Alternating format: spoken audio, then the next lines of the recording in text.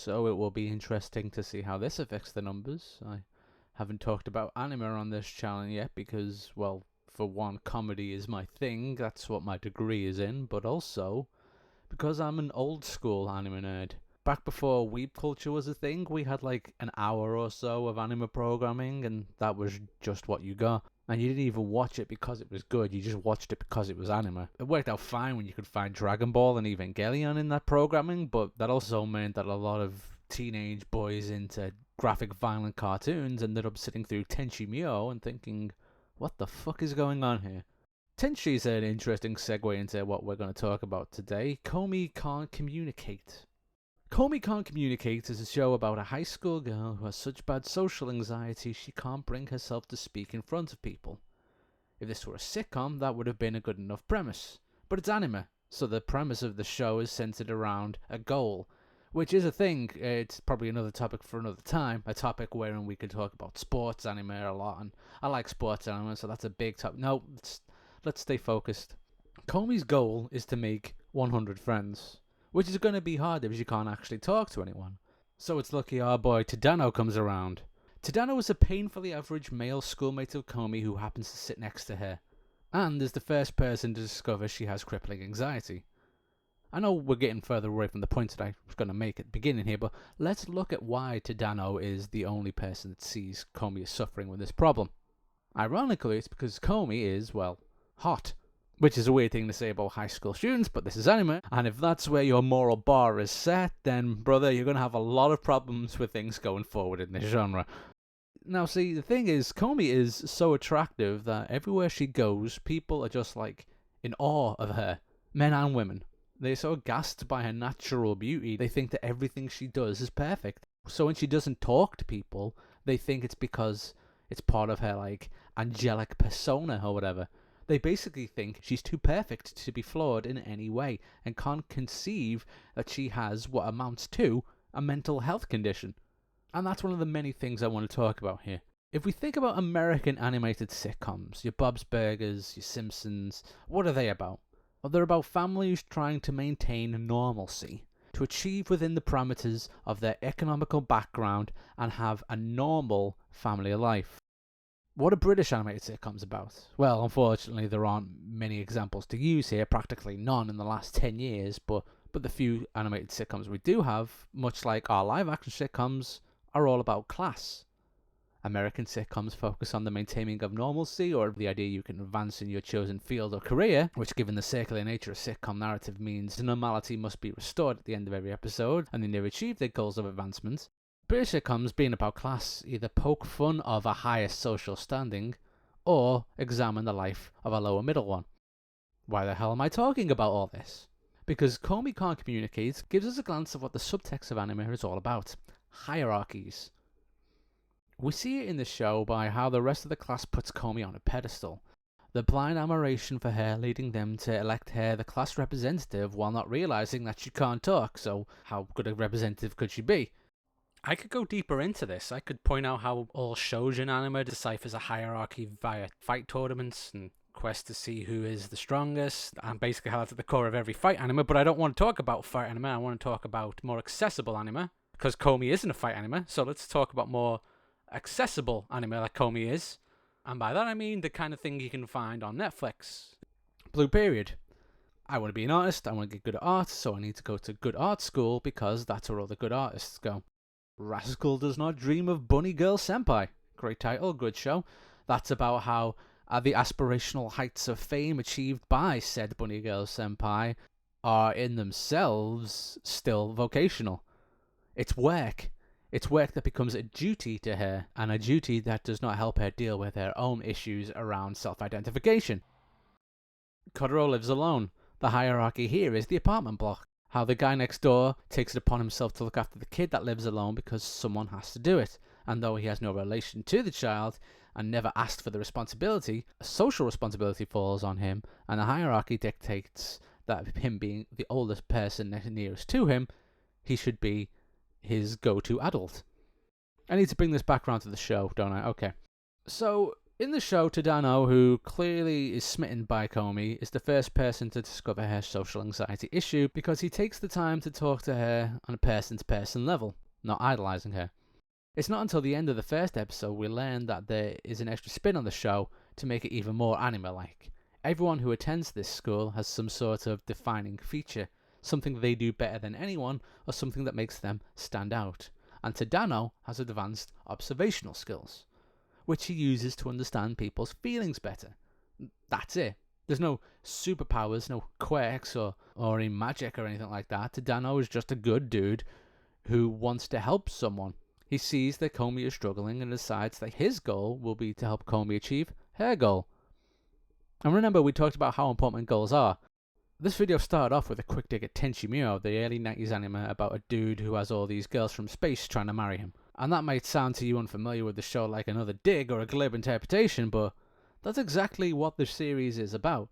It's a harem anime, the weird subgenre of anime normally about high school boys who find themselves in, as crass a way of putting this, surrounded by thirsty bitches.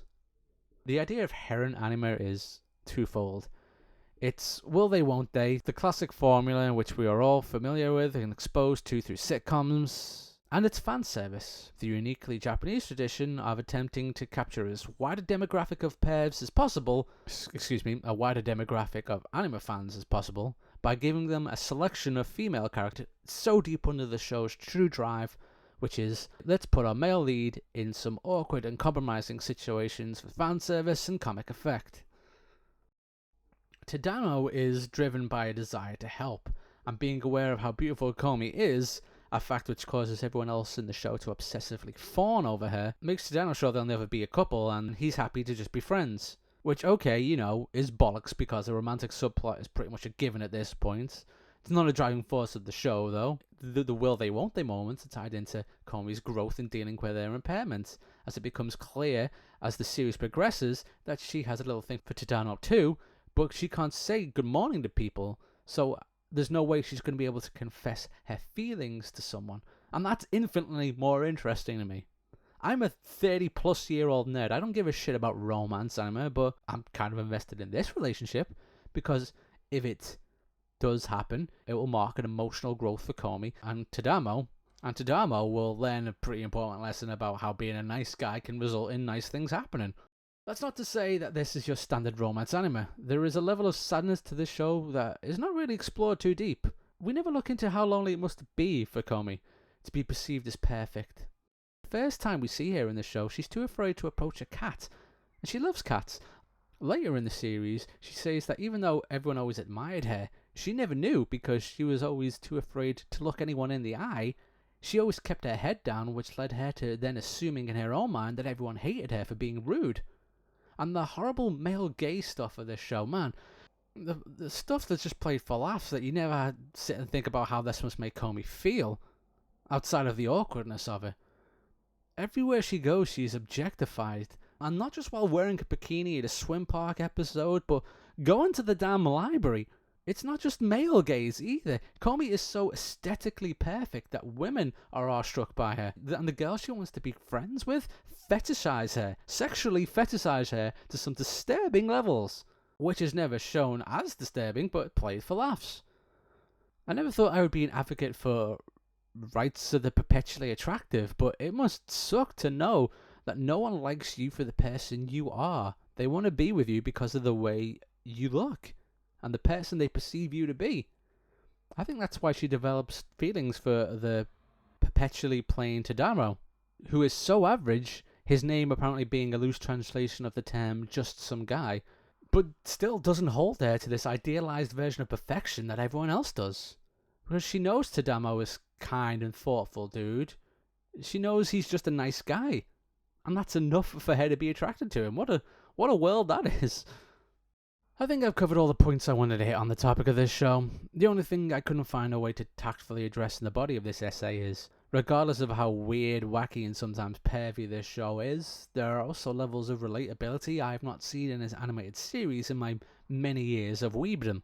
Like, I get Tadano, man. He starts out by saying he learned to read the room so people would leave him alone.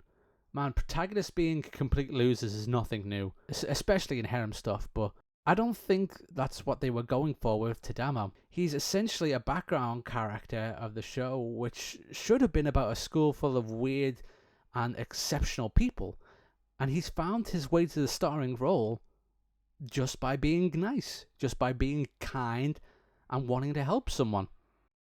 I think the awkwardness of the romantic relationship is great too. It really invokes that cringy teenage aspect of young love. Like, let's be real here, that stuff was a nightmare when you were a teenager.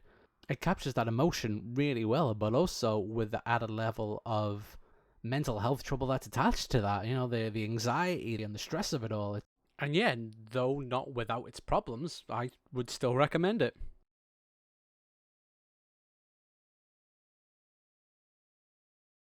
I know this video's been pretty dense, but there's just one more point I want to make, one tiny Columbo-sized point. There's a character that they introduced towards the end of the first season called Makoto, who himself also has some very bad social anxiety. But while as Komi's social anxiety makes her seem aloof and godlike to these people, Makoto has resting thug face and is built like a brick shithouse. So that, with the fact that he doesn't talk, makes everyone afraid of him. He's going through the exact same things Komi's going through, but the class think he's a thug because he doesn't look as pretty as Komi does. Tadano is the only person who reaches out to him, which he does simply as an act of kindness, giving him the human connection he is not getting anywhere else. But also, because he's an observer and because he listens to people as opposed to just sitting in judgment of them, he realizes how much he has in common with Komi and thinks that they could maybe help each other open up. Or at least find some common ground and become friends that way. I would usually get to the end of the video and say that sums up my opinion on the show, but there is a lot more things I could say about it. I do not want to be the kind of guy who waffles on about anime on YouTube without getting paid for it, so that's all you get. If you want to check out the other videos, follow the links. Some of them are about animation. You guys like anime, you like animation. And yeah, come back for other stuff down the line.